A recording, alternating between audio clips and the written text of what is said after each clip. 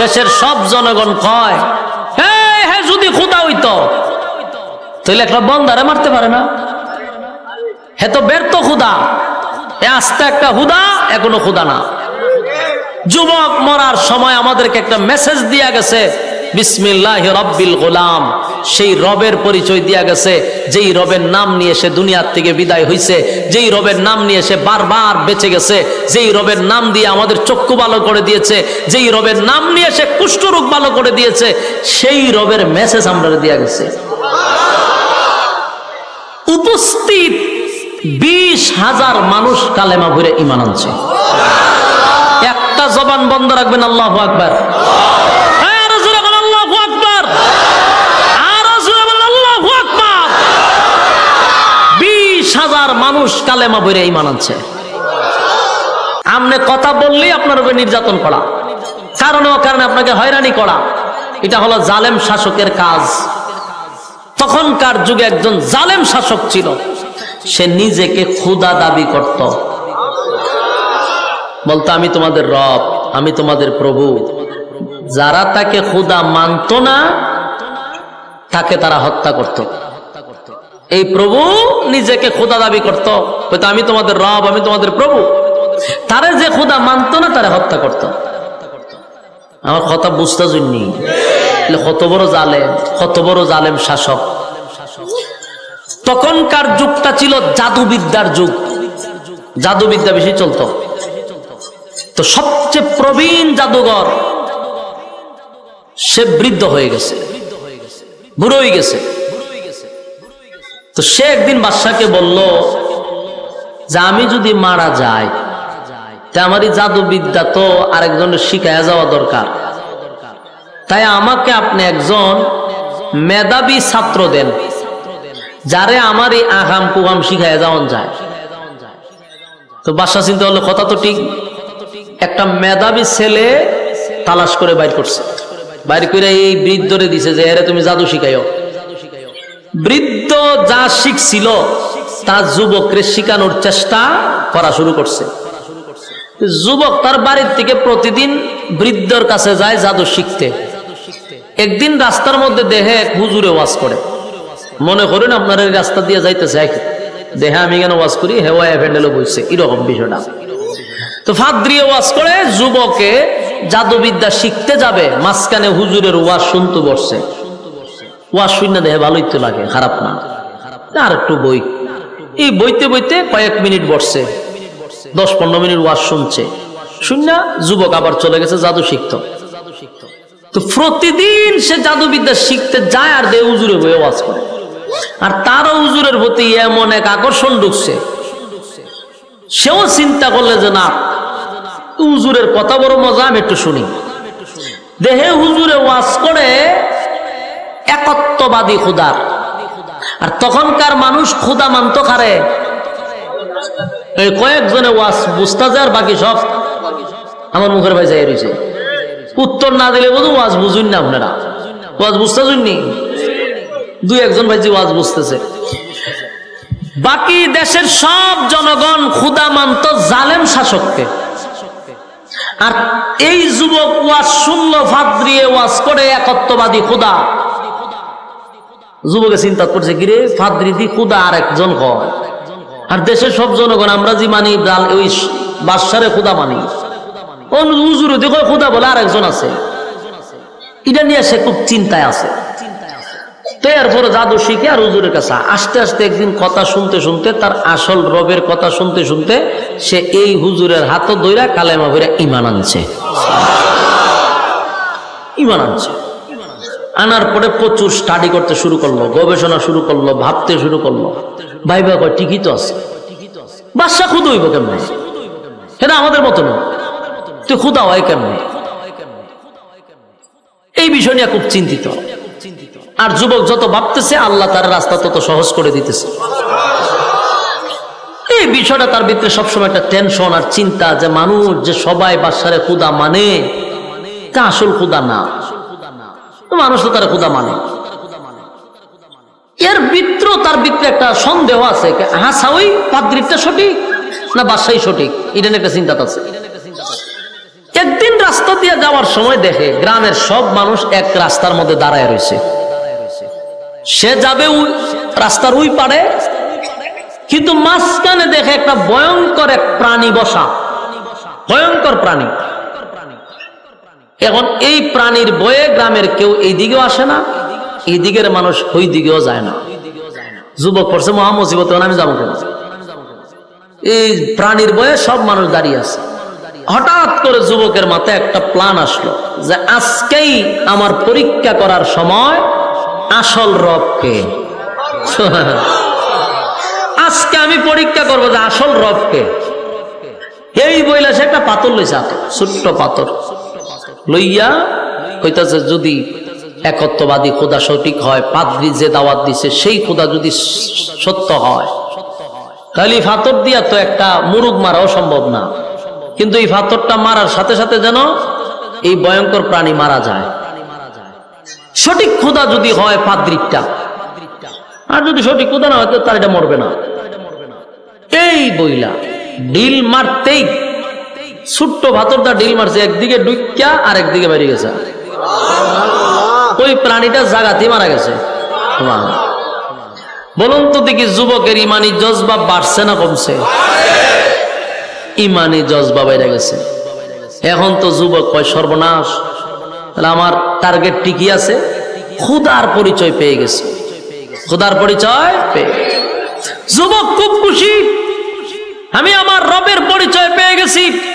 এতদিন এই বাদশাকে খুদা মানছি, হ্যাঁ কোনো খুদা টোদা না, দেশের মানুষও তারা খুদা মানতেছে, আসল রবের পরিচয় পেয়ে গেছি। যুবক এবার ডংলিয়া পড়ছি আমিও। সম্মানিত সুধী, যুবক চিন্তিত। আমরা একটা কাজ করেন, বক্সে হালকা একটু ইকু দেন, বক্সে দেন। আপনি রিপিও কি কয়টারে মনিটরে দিয়েন না, মনিটরটা আমার কাছে তো, বক্সে দেন, হালকা দেন, শ্বাসটা না টানে। সম্মানিত সুধী, এখন এই যুবক তার ইমানি জজবা বাড়ছে। সে চিন্তা করলো আমি আসল রবের পরিচয় পাইছি। আমল শুরু করছে, ইবাদত শুরু করছে, রবের প্রতি তার যথেষ্ট পরিমাণ বিশ্বাস চলে আসছে, জান প্রাণ দিয়ে রবের গোলামি করা শুরু করছে। কিন্তু ওই যে প্রাণী মারছিল, গ্রামের মানুষ দেখছিনি? এই গ্রামের মানুষ এই দৃশ্য দেখতে কয় এই যুবক সাধারণ কোন যুবক না। এটা স্বাভাবিক কিনা? আমনের সামনে যদি আমি বড় একটা বাঘ মেরালে ডিল মেরা, তা আমার মুড়িদানের আর অভাব পড়তো না। তখন ঠিক নেই, কারণ বাংলাদেশ ফু দিয়া ডিম ফাটাইলে মুড়িদানের অভাব নাই, লাইন ধরে মুড়িদানের, বেড়া বেড়ি যা আছে সব মুড়ি দিয়ে জায়গা। আর এই যুবক একটা প্রাণী মারছে, বিশাল ভয়ঙ্কর প্রাণী, তাও ছোট্ট একটা কণা পাথর দিয়া। বুঝেননি কি পরিমাণ তার ভক্তবৃন্দ বাড়ছে। মানুষ কয় এই যুবক সাধারণ না, তো মানুষ তার কাছে যায়। যুবক গেলে পরে ফু দেয়, তো অনেক রোগ ভালো হয়ে যায়। কুষ্ঠ রোগ লিয়ে যায়, ফু দিলে ভালো হয়ে যায়। আতুল্লুলা মানুষ যায়, ফু দিলে ভালো হয়ে যায়। কেরামতি খালে আরো বাড়তেছে। মানুষ কয় সর্বনাশ, এই যুবক সাধারণ না। তো এরকম করতে করতে এইগুলা কিন্তু একসময় সইরা যায়। একজনের মুখ থেকে আরেকজন, একজনের মুখ থেকে আরেকজন করতে করতে পার্লামেন্টে এই খবর চলে গেছে। পার্লামেন্টে একজন অন্ধ মন্ত্রী ছিল। কি মন্ত্রী? অন্ধ মন্ত্রী, চোখে দেখতো না। এই অন্ধ মন্ত্রীর খানে গিয়া মেসেজ গেছে যে কই মন্ত্রী সাহেব, সারা জীবন তো আর দুনিয়া দেখছেন না, অন্ধ মানুষ আপনি, আপনার চোখ ভালো হওয়ার একটা মেডিসিন পাইছে। অন্ধ মানুষ যদি উনি চোখ ভালো হইব, তার কত আনন্দ। জিগা কিভাবে? অমুক জায়গায় অমুক একটা যুবক আছে, তার কাছে গেলে আপনার চোখ ভালো হবে। এই মন্ত্রী কথা শুনিয়া যত স্বর্ণ হীরা মণিমুক্তা আছে সব বাস্কর ভিতরে বইরে গেছে যুবকের কাছে। গিয়া কয় যুবক, এই বাস্ক খুলো, এটার ভিতরে সব স্বর্ণ আছে। জিগায় কেন? বিনিময়ে চোখ ভালো করে দাও। যুবক কয় চোখ ভালো করার ক্ষমতা তো আমার না, আমি তো চোখ ভালো করতে পারি না। তো মানুষ যে বলে তুমি এটা করে দাও সেটা করে দাও, বলে এগুলো তো আমি ভালো করি না, আমার রব ভালো করে। এই কথা শুনিয়া মন্ত্রী মারছে হাসি। জিগায় আপনি হাসেন কা? হয় তুমি যে রবের কথা কইতেছো, আমি তো হারা দিন রবের কাছেই থাকি। চোখ যদি বালা করতো থেকে আর তোমার কাছে আইতাম? ওই অন্ধমন্ত্রী মনে করছে রব মানে বাদশাহ, আর দেশের সব মানুষ তো তার রবই মানে। মন্ত্রী কয় আমি হারা দিন তাহি এর কাছে, এ কি এর খুদা আমি বুঝি টুঝি না, এতে কি চোখ বালা করতো? আজেরা কথা। যুবকে কয় আপনি যেই বাদশার কথা বলতেছেন সে তো খুদা হওয়ার কোন যোগ্যতা রাখে না, খুদা হওয়ার কোন যোগ্যতা তার নেই। মন্ত্রী কয় তার মানে তুমি কি বাদশাকে খুদা মানো না? বলে না। এর পরিণাম তো ভালো হবে না, বলে জানি মৃত্যুদণ্ড হবে, আমি আমার আসল রবের জন্য জীবন দিতেও প্রস্তুত। মন্ত্রীর কাছে বলতেছে যে সে কোনদিন খোদা হতে পারে না, সে একটা জালেম শাসক, তাকে যে খোদা মানে না তাকে সে হত্যা করে, সে আবার খোদা হয় কেমনে? তখন বলতেছে বাবারে এই ফেসা আমার ভালো লাভ নাই, তুমি আমার চোখ বালা করে দাও আমি জায়গা। যুবক কইতে চোখ তো আমি বালা করি না, তো তোমার রব রে কেউ চোখ বালা করে দিত? কয় আমার রব তেমনি ভালো করে না। তো কেমনে ভালো করে? আপনি কালেমা পইরা আগে রবের উপর ইমান আনতেইব। ইমান যদি আনেন আমি আমার রবের কাছে একটু রিকোয়েস্ট করতে পারি, আমার রবের দয়া মায়া হইলে আপনারা ভালো করে দিবে। মন্ত্রী চিন্তা করলো দুনিয়া তো কিরম দেখছি না, এখন চোখ তো আমার দরকার। ঠিক আছে কালেমা পড়লাম, কালেমা পড়ছে, ইমান আনছে। যুবক এবার আল্লাহর কাছে হাত তুললে কান্না শুরু করছে, আল্লাহ মন্ত্রীর চোখ বালা করে দিছে। এখন তো মন্ত্রী দেহে ছবি দেখে, ঘটনা কি তারই ছবি দেখা যায়। পৃথিবী এত সুন্দর, মানুষ এত সুন্দর, জীবনে দেখছে না, এরপরে কি করতে পারে এটা তো আপনারা বুঝে নেব। একের এক জায়গা খালি থাকবো নি, দৌড়াদৌড়ি করবো, ঠেলা মারবো, খামসা মারবো, মানুষের দূরে সিমটি মারে, খামসা মারে, ঠেলা মারে, ধাক্কা মারে, লাইটও গিয়ে দৌড়ালায়, কারেন্টও দৌড়ালায়, জীবনে দেখছে না, ঠিক নেই। মন্ত্রী তখন আর এক জায়গাত নাই।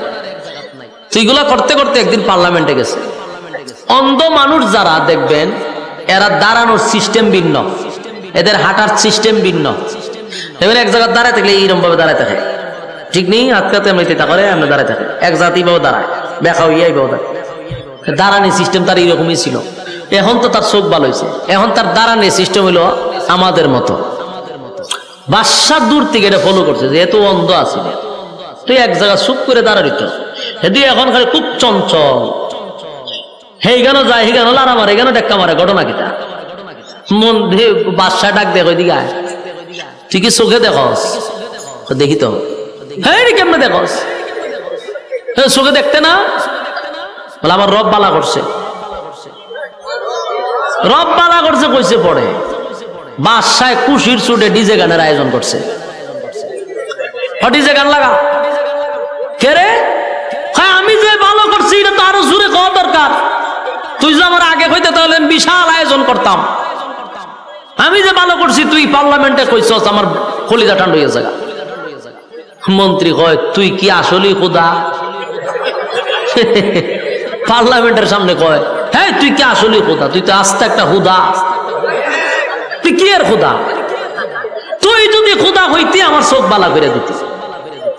হ্যাঁ মানুষের কাছ থেকে জোর করে খোদাই আদায় করে নিছস। আমি অন্ধ ছিলাম এতদিন, তুই যদি খোদা হইতে আমার চোখ বালা করে দিতি। আমাকে যে চোখ বালা করেছে উনি হলেন আমাদের স্রষ্টা। তোরে যিনি সৃষ্টি করছেন, আমার যিনি সৃষ্টি করছেন, সাত আসমান, সাত জমিন, সূর্য চন্দ্র, গ্রহ নক্ষত্র, কুল কায়নাত যিনি সৃষ্টি করলেন হুকুম দিয়া, তিনি হলেন আমার রব আল্লাহ। বাদশার মেজাজটা গরম হয়ে গেছিল, চান্দি ফুড়া গরম। তারে খোদা না মানলি সে হত্যা করে, আর এটা তার ইগুতে লাগছে মারাত্মক লজ্জা। এত মানুষের সামনে পার্লামেন্টে বৈশা একজন দেশের বাদশাকে এইভাবে বেজ্জতি করা, অপমানি করা, এটা কি মেনে নিব বাদশা? বাদশা কয় এর গ্রেপ্তার কর। গ্রেপ্তার করলো, এর রিমান্ডে নিয়ে ফিডা, রিমান্ডে নিয়ে মায়ের শুরু করলো। মারতে মারতে মারতে জিগায় কত তোরে কে কালেমা শিখাইছে? ফিডার সুডে হয় আমারে যুবকে শিখাইছে। যুবকরে গ্রেপ্তার করে আনছে, আইনা যুবকরে ফিডা শুরু করছে। ফিডাইতে ফিডাইতে যুবকরে কত তোরে কেটা কালেমা শিখাইছে? হয় হাত দিয়ে শিখাইছে। হাত দিয়ে গ্রেপ্তার কর, হাত দিয়ে তুলছে ফিডা, মানে যে শিখাইছে এর ফিডা। এইভাবে মায়ের শুরু করছে। কারণ আমি আগেই বলছি সে কি জালেম শাসক। সে কি শাসক? জালেম শাসক। তিনজনে ফিডাইতে ফিডাইতে লাস্টে কয় তিনজনে তো ইচ্ছা মতো ফিডাইছি, এখন ক তোরা রবকে? তিনজনটি কয় রব হলেন আল্লাহ, যিনি আমাদেরকে সৃষ্টি করছেন। বাদশাহ কিরে এত ভিটা গেল কো? কয়াম নইতো না। মন্ত্রীর মাথার উপরে একটা করাত রাখছে। করাত চিনুন না আপনারা? বুলাল মানুষ গাছ দেখাটে এই করাত মাথার উপরে রাখছে। রাখা কয় মন্ত্রী, যদি তুই আমাকে রব বলে স্বীকার করস ছেড়ে দিব, আর যদি স্বীকার না করস করাত দিয়া মাঝখান দিয়া দুই ভাগ করব। কিতা বুঝলেন? আমরা এখানে যারা বসা, আমি বক্তা সহ, আমরার মাথার যদি একটা খরাত রেখা হয় আমরা একটা টান দিব, আমরা ইমান থাকবো নি? ডাইরেক্ট আমার 14 গোষ্ঠী হিন্দু আছেন, জয় শ্রীরাম হয়ে দূর শুরু করবো। ইমান ইগানই শেষ। আমরার যে তালের ইমান 5 টাকার একটা সার কাছে আমরা ইমান বিক্রি হয়। বাস্তব না বাস্তব? বুড়া বুড়ি আইলে দেখবেন, হ্যাঁ চা খাইছে এক চেয়ারম্যানের কাছ থেকে, চেয়ারম্যানের জিগায় বুটটা কারা দিবে? চা দিয়ে আপনি খাওয়াইছেন, বুট তো আপনারই দিব। ই চেয়ারম্যান খালি গেছে আর এক চেয়ারম্যান আইয়া ঢুকছে, হের ভিত্তে জিগায় বুট কারে দিবি? চিন্তা ভাবনা তাছি। চেয়ারম্যানের দুধ চা খাওয়াইছে, বুট কারে দিবে? আপনারই দিব। ই চেয়ারম্যানও গেছে, হে দোকান থেকে লড়ে না। আরেকজনে ঢুকে দেখে, কিরে বুট কারে দিবি? কইতারি না। হতের একটা কফি খাওয়া, কফি খাওয়ানোর পরে জিগা বুট কারে দিবি? আপনারই তো দন লাগে। বলুন তো বুট কয়টা দিছে? কয়জন রে? যেই লোকগুলারে 5 টাকা দিলে ইমান জায়গায়, হের আবার খরাত লাগেনি? কথা কই না দি? চা কফি খাওয়াইলে ইমান শেষ, হের আবার কফি খরাত লাগবো? হ্যাঁ আমরা খরাত লাগবো না। গুলির আওয়াজ হলে আমরা ডাইরেক্ট কালে মলমা ঘুরে বয়ে থাকি, ঠিক না? আমরা রইলে ইমান। কিন্তু এই মন্ত্রী সবে মাত্র কালেমা ভুইরা ইমানের পরীক্ষা তার উপরে চলে আসছে, সে বাদশারে ডাইরেক্ট বলছে 2 ভাগ করে ফেল, কিন্তু ইমান দিব না। তার 1 নম্বর কারণ হলো, আমি আমার রবকে শুধু একদিন ডাক দিয়েছিলাম, আমার রব আমার ডাকের সাড়া দিয়া আমার চক্ষু ভালো করে দিছে, সেই রবের সঙ্গে আমি বেঈমানি করব না। কালেমা পড়ছি তো পড়লাম, ইমান দিব না, প্রয়োজনে রবের জন্য জীবন দিয়া দিব। বাদশার অর্ডারে মন্ত্রীর মাথা 2 ভাগ করা হয়েছে। ইমান দিছে না, কিন্তু জীবন দিয়া দিছে। এবার পাদ্রীকে বলে, পাদ্রী বল খোদা কারে মানুষ? বলে আমার রব আল্লাহ, যার উপরে ইমান এনে মন্ত্রী মারা গেছে আমি তার উপরে ইমান আনছি। বাদশার অর্ডারে পাদ্রীকেও 2 ভাগ করা হলো। এবার যুবক রে বলে, যুবক রে 2 জনরে তোর সামনে হত্যা করছে, তুই কারে মানুষ? যুবক কয়, এই 2 জন যার জন্য জীবন দিছে আমি তারে মানি। বাদশা কয়, দেখ এখনো বালা আছে, তুই আমার একবার রব হিসেবে স্বীকার কর, আমি তোরে ছেড়ে দিব, তোরে আমার খুব দরকার। যুবকে কয়, আমার জন্য তাদেরকে মারলি আর আমি বুঝি ছেড়ে দিব ইমান? এর থেকে কোনো কঠিন শাস্তি থাকলে তুই আমারে দিতে পারস। বাদশাকে খুব অপমান করার পরে বাদশার খুব লাগছে। বাদশা কয়, তুই এর চেয়ে তোর কঠিন শাস্তি দিব। 2 পাও বাঁধছে, বাইদা হাত 2টা বাঁধছে, বাইন্দা স্পেশাল বাহিনী দিয়া এই যুবকরে পাথরের পাহাড়ের উপরে নিছে, নিচেও পাথর উপরে পাথর। ও সাত্তিকে সবার সামনে তারা ধাক্কা মাইরা পাথরে ফালা দিবি, বর্তা হয়ে যাবে। সব বাহিনী তারা লইয়া গেছে পাহাড়ের উপরে, হাত পা বাইন্দা নিয়ে ফালাই দিবে। এমন সময় যুবক কয়, আল্লাহ আমার হেফাজত করো আর এই জালেম গুলারে ধ্বংস করে দাও। যুবকের দোয়া গেছে খবর লইয়া, সব বাহিনীরে পাহাড়ের ভিতরে আল্লাহ সিট চালাইছে বাইরিয়া, সবটিরে মেরে নিছে। যুবক বাদশার সামনে হাজির। বাদশার জায়গায় কিতা খবর? বাদশা ছায়া দেখে বাহিনী নাই, যুবক কানা। ঘটনা কিতা? তোমার না পাঠাইছি পাহাড়ের উপরে মারবার লাগিয়া, আমার বাহিনী কো? ও সব বাহিনী বর্ত হয়ে গেছে গা। তুই এলি কেমনে? খামারে আমার রব বাঁচাইছি। সোয়ান। বাদশার মেজাজ খুব গরম, আবার বাহিনী দিয়া গয়ের ধর, হাত পা বান, বাইন্দা সাগরের মাঝখানে নিয়ে ফালাই দিয়া মাছে খাইল, বড় মাছের মুখে ছেড়ে দিবি। সব বাহিনী তারে লইয়া গেছে সাগরের ভাড়া, হাত পা বাইন্দা বস্তার ভিতরে পড়ছে সাগরের মাঝখানে নিচে। যুবক কথা, আল্লাহ আমারে বাঁচাও, এরারে তুমি ধ্বংস করো। যুবকের দোয়া কবুল, সবগুলারে বাতাস দিয়া সাগরের ভিতরে ভালাইয়া পানিতে চুবাইয়া সব তীরে মেরে লিছে। যুবক বাচ্চা একদম সুস্থ অবস্থায় বাদশার সামনে হারিয়ে হোক কিতা খবর। বাদশার জিগা কিতা খবর বলানি, বাদশায় তো অবাক, কিরে আমি না তোর সাগরের মাঝখানে পাঠাইছিলাম, আমার বাহিনী কো? ও সব গেছে মাছের ভেড়। তো তুই এলি কেমনে? আমার রব বাঁচাইছে। সুবহানাল্লাহ। বাদশার পুরা মাথা গরম হয়ে গেছে, যত বাহিনী পাঠায় সব বাহিনী মারা যায়, হে মরে না। এখন তো টেনশন বেড়ে গেছে, কোনো ভাবে মারতে পারতেছে না। আরো বহু সিস্টেম বাইর করছে, কিন্তু এই যুবকের মারতে পারে না। লাস্টে গিয়ে ভাও ধরলিছে বাদশা, যুবকের ভাও ধরছে। দেখো ভাই, তোরে কেমনে মারন যায় খোসাই। ভাও ইমান আনবার লেগে না, মারবার লেগে ভাও ধরছে। তোর দুইটা ভাও ধরি ক, তোরে কেমনে মারন যায়। যুবকের জিগা, আমার মারাটা কি তোর খুব বেশি দরকার? বলে হ। কেন? তুই গোটা দেশটারে তুই তোর খুদার পরিচয় দিবি, লাস্টে আমার কেউ খুদা মানত না, এই যন্ত্রণা আমার ঘুমো ধরে নাইলে তোরে মারে লিতাম। বাদশা কয়, তোরে আমার মারা খুব জরুরি, খুব দরকার, তোরে মারতে চাই। যুবক কয়, অসুবিধা নাই, মারতে যদি তুই চাস মারতে পারবে, তবে তুই চেষ্টা করলে পারতি না। আমার সিস্টেমে যদি মারতে চাস, আমি যেইভাবে পরামর্শ দিই এই পরামর্শ শুনে যদি মারতে চাস তাহলে মারতে পারবে। বাদশা কয়, তুই যেমনি বস এমনি শুনবো, তাহলে এটা কাজ কর। তোর দেশের যত জনগণ আছে সব জনগণে এক জায়গায় জমা করবি, গড়ের মধ্যে কেউ থাকতে পারবে না। মনে করেন একটা কথা বলে, বাংলাদেশের প্রধানমন্ত্রী শেখ হাসিনা যদি বলে যে বাংলাদেশের সব মানুষ তোমরা যারা যেখানে আছো আগামীকালকে ঢাকায় আসবা, কেউ করে থাকতো না। পত্রিকায়, টিভিতে, সোশ্যাল মিডিয়াতে সব জায়গায় নিউজ হইতেছে, গ্রামে গ্রামে মনে করেন মাইকিং হয়েছে, মসজিদও মাইকিং হয়, সবাই বলতেছে আগামী এত তারিখে সবাই ঢাকা যেতে হবে, কেউ করে থাকতে পারবো না। এত কিছু হওয়ার পরেও আপনারা কি ধারণা সবাই ঢাকা যাইব? আচ্ছা কোনছেন, আমি তো কথা বলতে আপনারা বুঝুননি কথা। তুই বুঝলে কি তা হন, হ্যাঁ অথবা না তো কোন দরকার। আপনারা দি গুরুস্থানের মতো নিরাই গেছেন গা। হ্যাঁ সব যাইবো নি, মাঝে কবে খাই আর খাম না। তুমি কইছো আর আমরা যাওয়ান গা লাগবো, মাঝে খাম খাজাচ্ছে না। কেউ কয়েকজন যাইতে পারে, কেনা যাইবো যারা তেল মারুন এরা যাইব, ঠিক না? তেল মারুন এরা যাইব, বাকি এরা কবে আমরা খাম আছে আমরা যাওয়ান যেত না। কিন্তু সরকার যদি এই আইন করে বলে আগামীকালকে ঢাকা আসতেই হবে, যারে গরফ হাওয়া হবে তারে ক্রস ফায়ার করে মারা হবে, এই অর্ডার যদি চালু হয়, কিতাব ওজন কেউ গরো থাকবো? গাড়ি না ফেলে আটটা যাওয়া শুরু করবো।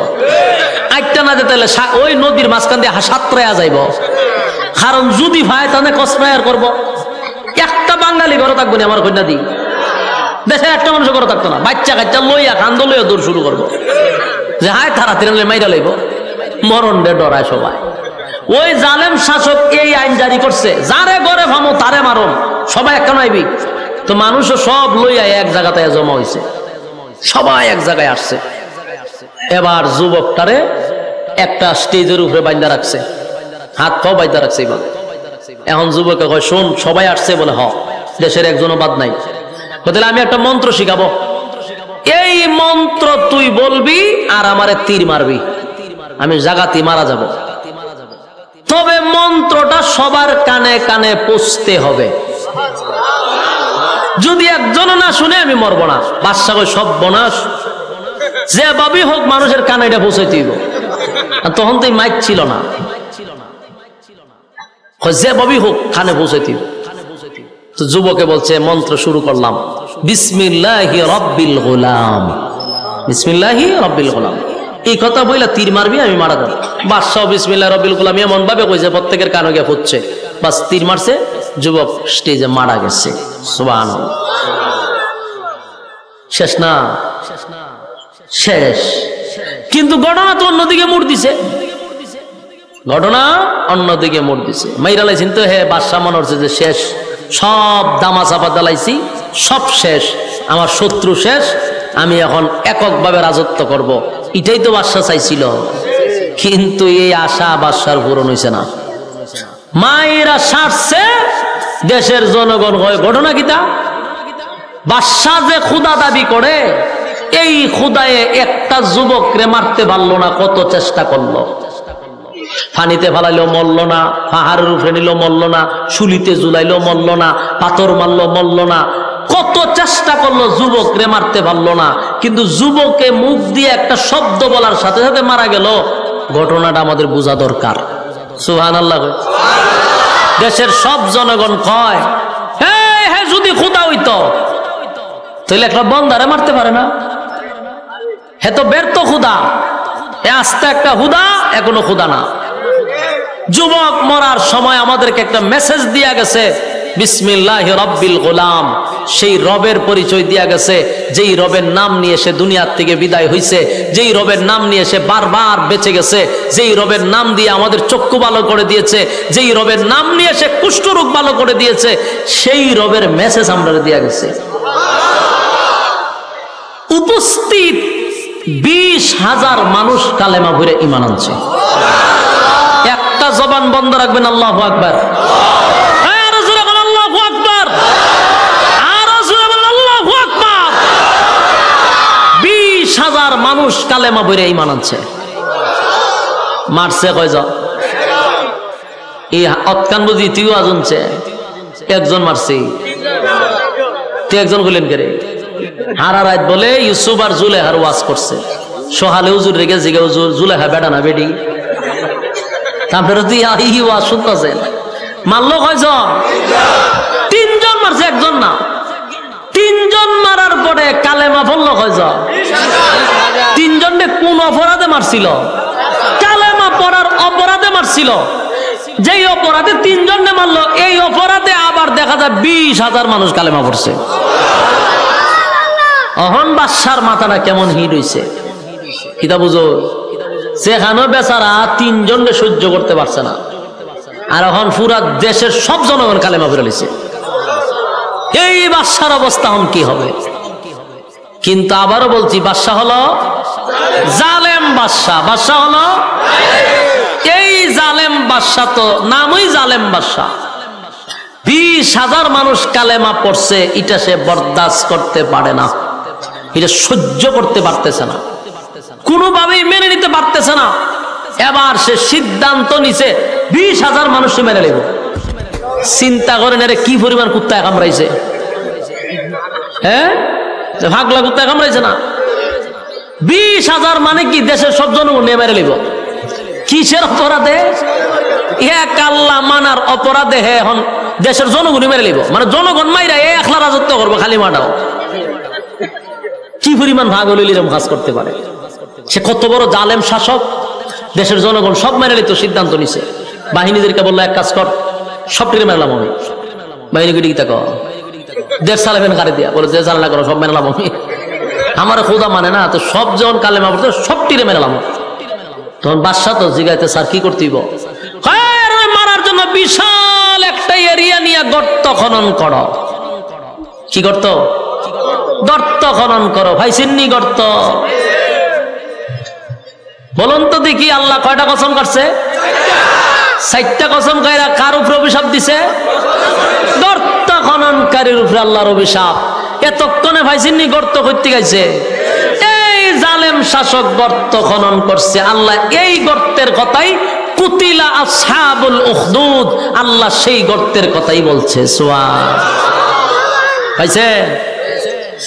আল্লাহ বলেন, ওয়াসসামাই যাতিল বুরুজ ওয়াল ইয়াউমিল মাউউদ ওয়া শাহিদিন ওয়া মাশহুদ। কয়টা কসম? 4টা কসম। এই বেশি করতে তোরা বলাবান, অতিরিক্ত করতে ফের আশাজি খরচ করে সব শুধু গুড়া গাড়া সব আমার সামনে দিয়েছেন, আর সব ফাঁকনা ফাঁকনা গিয়ে পিছনে বইছেন। এই যে কি যন্ত্রণা দেয় এটা বুঝতে পারতেন না তো আপনারা। এখানে বইয়া হাসে খেলে কথাবার্তা কয়, সব সহ্য করুন লাগতেছে। আমার কিতা করবেন, মুসাফির মানুষ, সহ্য করার ছাড়া কোনো উপায় নেই। হ্যাঁ ব আর চিল্লে একটু সময় লড়িস না, যন্ত্রণা দিতে যে ওয়াজের প্রথম ঠিক কই নরিস্তা ওয়াজটা শেষ করতে দে আমার আল্লাহর হস্তে। গর্ত পাইছেন না আপনারা? আল্লাহ বলে কুতিলা আসহাবুল উখদুদ, আল্লাহ বলেন গর্ত খননকারীর উপর আমি আল্লাহর অভিশাপ, গর্ত খননকারীর উপরে আমি আল্লাহর অভিশাপ, গর্ত খননকারীর উপরে আমি আল্লাহর অভিশাপ। এই হলো সেই গর্ত, বাদশা গর্ত খনন করছে গোটা দেশের সব জনগণ মারার জন্য।